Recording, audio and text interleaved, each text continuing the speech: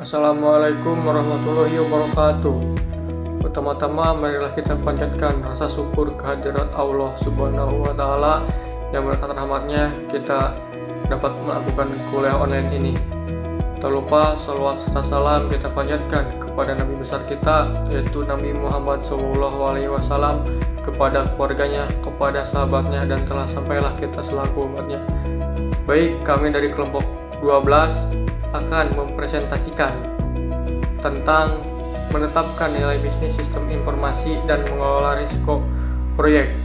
Adapun nama-nama kelompok kami, saya sendiri Restu Apriana, Ali Misri, Pahlepi, Atika Maryam, Anissa Nurholipah, Clara Aulia Zahra, Andini Fadilah, Deranti Amalia, Emma Agustina Aisyah, Sari Pertiwi, Nurul Afifah, Dimas Prasetya, dan Julpan.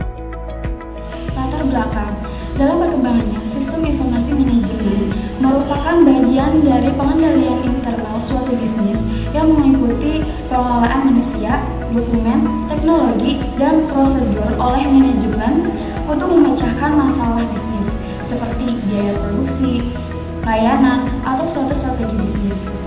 SIM dibedakan dengan sistem informasi biasa karena SIM digunakan untuk menganalisis sistem informasi lain yang diterapkan pada aktivitas operasional organisasi. SIM perusahaan merupakan pengeluaran modal yang besar dan harus dievaluasi dengan cara yang sama seperti investasi besar lain yang akan dilakukan oleh organisasi. Adapun rumusan masalahnya, yaitu apa tujuan proyek manajemen dan mengapa manajemen proyek sangat penting dalam pengembangan sistem informasi.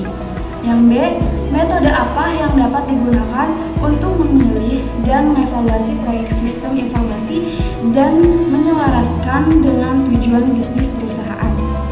Yang C, bagaimana cara perusahaan menilai bisnis dari proyek sistem informasi. Yang D, apa faktor risiko utama dalam proyek sistem informasi? Dan yang E, strategi apa yang berguna untuk mengelola risiko proyek dan implementasi sistem? Selanjutnya yaitu sistem informasi manajemen. Sistem informasi manajemen menurut James E. Stoner tahun 1996 merupakan suatu metode formal yang menyediakan informasi akurat dan real-time kepada manajemen untuk memudahkan analisis dan proses pengambilan keputusan, sehingga perusahaan dapat melakukan perencanaan, pengawasan, serta evaluasi dengan lebih efektif. Kemudian ada nilai bisnis sistem informasi. Yang pertama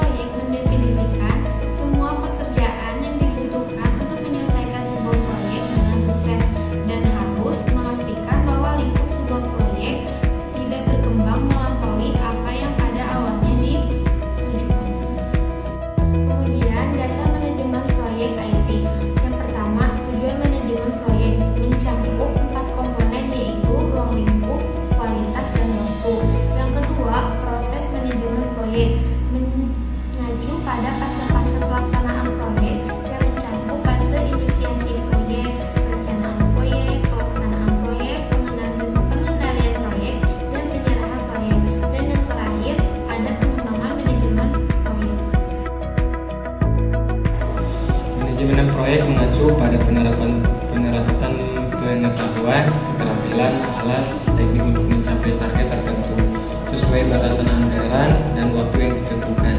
Kegiatan pengelolaan proyek meliputi pertama, perencanaan pekerjaan, dua, penilaian risiko, ketiga, estimasi sumber daya yang dibutuhkan untuk menyelesaikan pekerjaan, keempat, mengorganisasi pekerjaan, yang kelima, memperoleh sumber daya manusia dan material, enam, menugaskan tugas mengarahkan kegiatan, ketujuh, mengendalikan pelaksanaan proyek, kedelapan, melaporkan kemajuan, yang sembilan itu menganalisis hasilnya.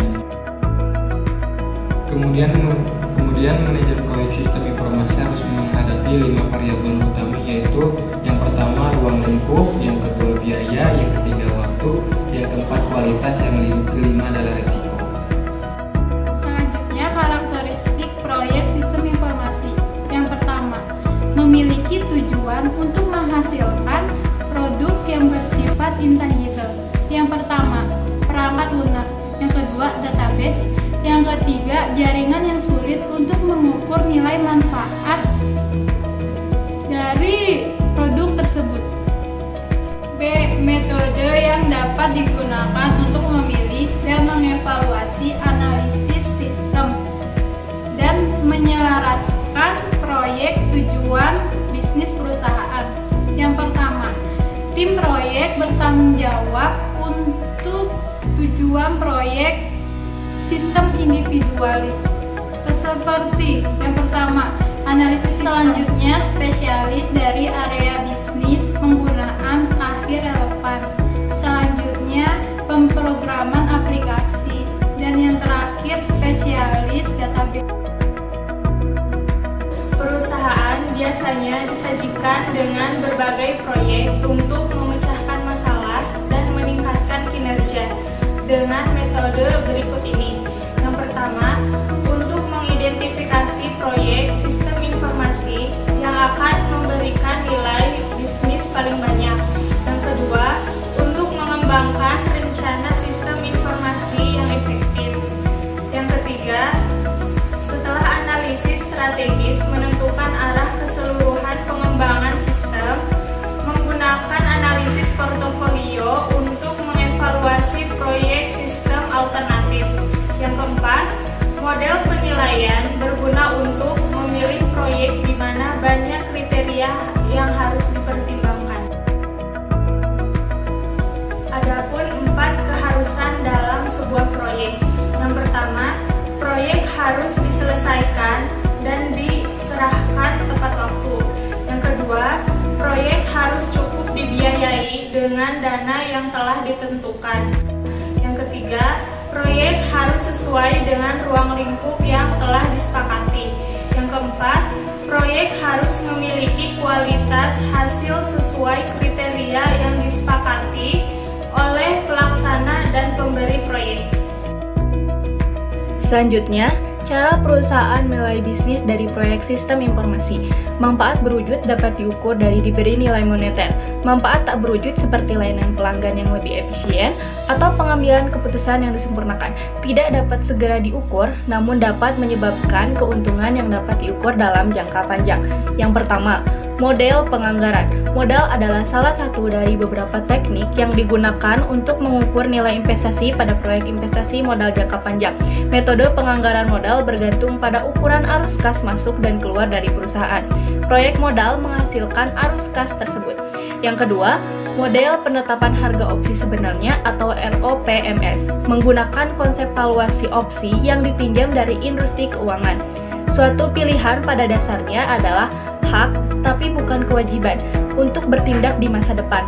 ROPM memberi manajer fleksibilitas untuk melakukan investasi TI mereka atau menguji perairan dengan proyek percontohan kecil atau prototip untuk mendapatkan lebih banyak pengetahuan tentang risiko sebuah proyek sebelum berinvestasi di keseluruhan pelaksanaan. Model keuangan terbatas fokus tradisional pada aspek finansial dan teknis suatu sistem informasi cenderung mengabaikan dimensi sosial dan organisasi dari sistem informasi yang dapat mempengaruhi biaya dan manfaat sebenarnya dari investasi. Selanjutnya, faktor resiko utama dalam proyek sistem informasi. Tingkat resiko dalam proyek pengembangan sistem ditentukan oleh yang pertama, ukuran proyek. Semakin besar proyek, seperti yang ditunjukkan oleh dolar yang dikeluarkan. Ukuran staf implementasi, waktu yang dialokasikan untuk implementasi, dan jumlah unit organisasi yang terpengaruh semakin besar resikonya. Proyek sistem berskala sangat besar memiliki tingkat kegagalan, yaitu 50-75% lebih tinggi daripada proyek lainnya karena proyek semacam itu rumit dan sulit dikendalikan. Yang kedua, struktur proyek. Beberapa proyek lebih terstruktur daripada yang lain. Persyaratan mereka lebih jelas dan mudah, sehingga output dan proses dapat dengan mudah didefinisikan. Pengguna tahu persis apa yang mereka inginkan dan apa yang harus dilakukan sistem. Hampir tidak ada kemungkinan pengguna mengubah pikiran mereka. Yang ketiga, pengalaman dengan teknologi. Resiko proyek meningkat jika tim proyek dan staf sistem informasi tidak memiliki keahlian teknis yang dibutuhkan.